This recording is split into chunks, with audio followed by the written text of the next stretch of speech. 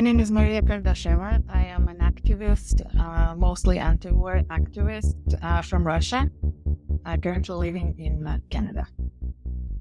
Well, Russia has been heading towards uh, totalitarian regime for a while now. We moved, like me and my husband moved in 2019. We decided to leave in 2018 because we didn't like the way it was headed and we didn't feel like there is anything we can do that was in our power at that point. And we just felt that it wasn't safe for us there anymore. A year ago, Vladimir Putin started a war in Ukraine that I don't support. Vladimir Putin has announced a war criminal, and in Russia, they prosecute a lot of people for their anti-war position, including people abroad. I remember that I never wanted to leave Russia. I was always very patriotic. I always wanted to live in Russia. I loved Moscow, the city where I studied in the university and where I wanted to live there for the rest of my life. But the moment I decided that I can't be here anymore was when they decided to decriminalize domestic abuse. If a family member hits another family member for the first time, it's just a fine. And it's a small fine that is paid to the government. So it's like you can hit your family member for. And I was shocked. It's very hard to even prosecute to prove that there was an abuse. Even in developed countries, it's hard to prove that there was actually something happening. And in Russia, it's almost impossible.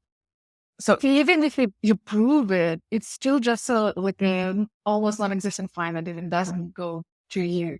Because I have a history with abusive family members. This is not the right direction. It's basically the government telling its citizens it's fine to abuse someone who has less power than you. For me, it was a huge red flag.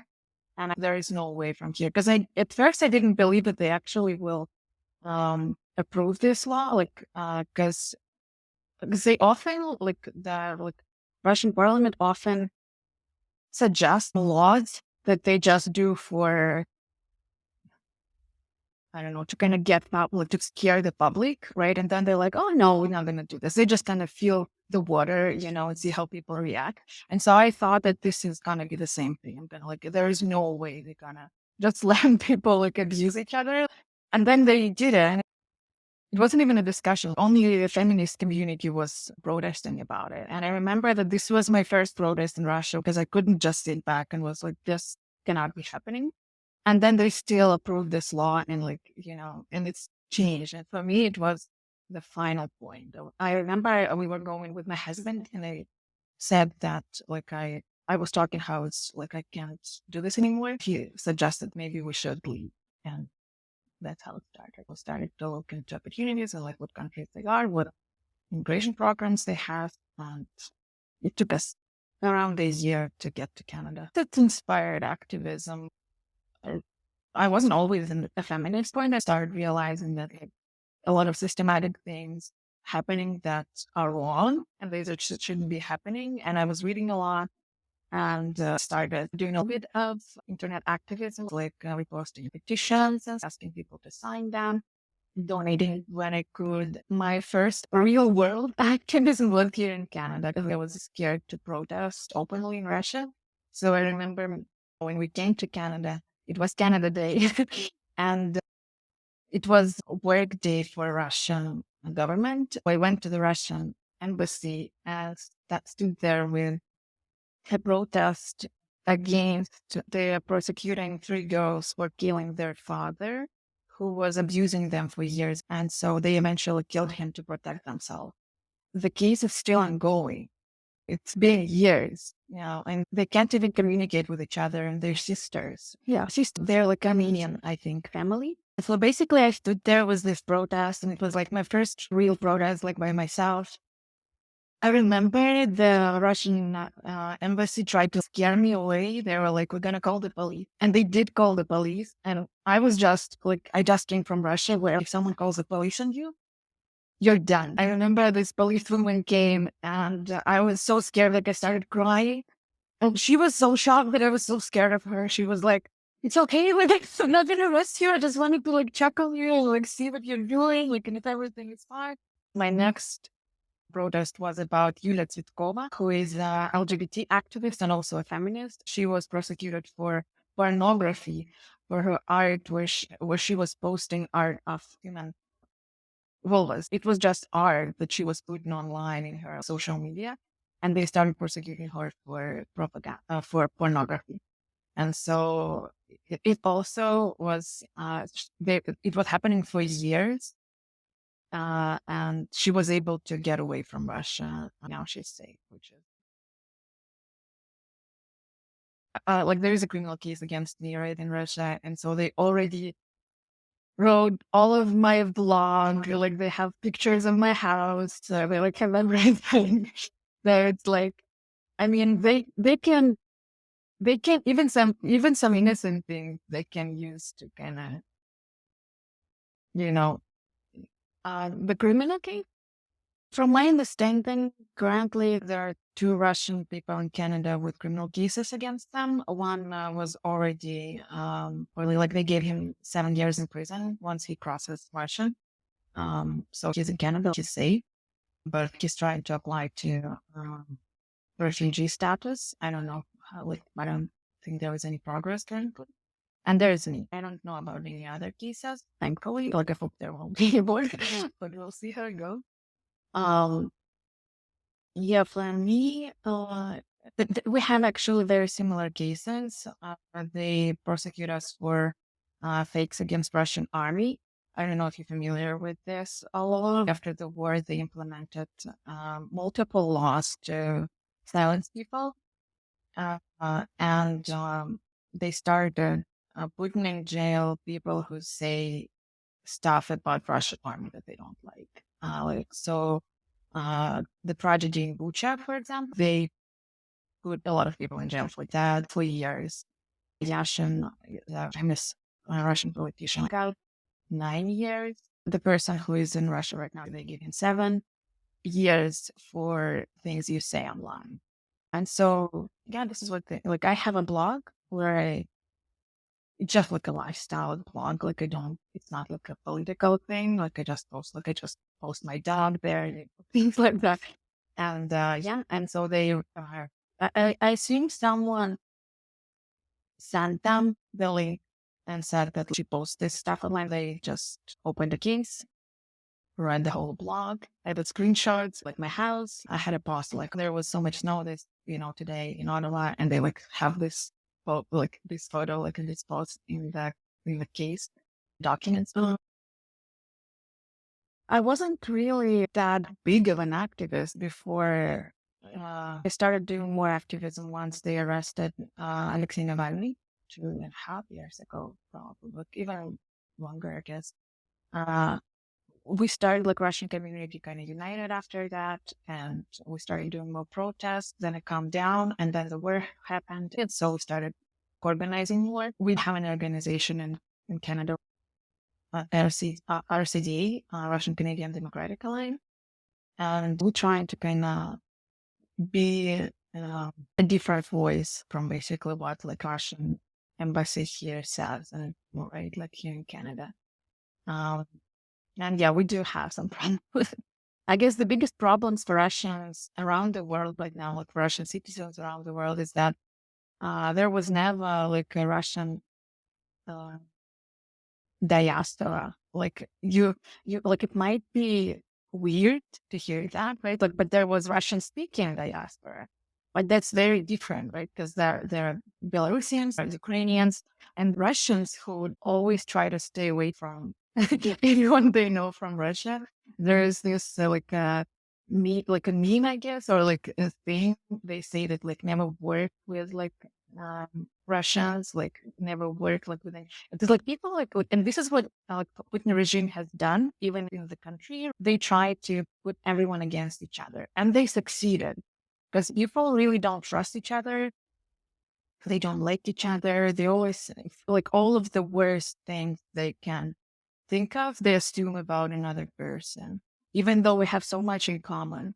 And so this is the biggest challenge for us to get people to trust each other and to work together to do something. And some people look very open to it and they want to do it, but some people still are very, like, I don't know. I feel like it doesn't help, obviously, that there are a lot of those laws in Russia currently, right? That, again, like, they can even prosecute a person outside the country, and people are scared for their family inside.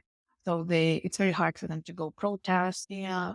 So I guess one of the challenges for us as a young organization is that we don't know where to get help. Like, for example, some grants, right? For some, like, we have some ideas. We want to do like exhibitions, auctions, or cinema screenings, but we just don't have resources to do all of that with just our volunteer passion. We do need resources. How to get those resources, we have no idea. Like, we're trying our best, but it's very hard and resource consuming.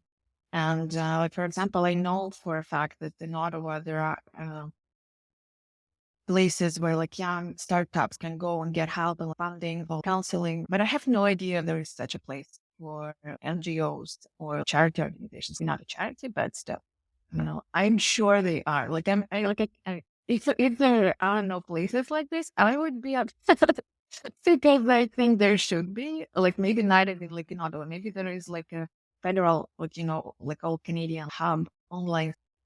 I don't know.